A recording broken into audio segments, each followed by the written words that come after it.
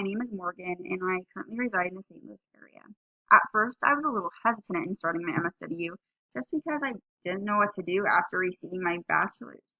Um, at, so, what was really nice was that I was able to do my practicum at a domestic violence shelter, and then I was later employed there.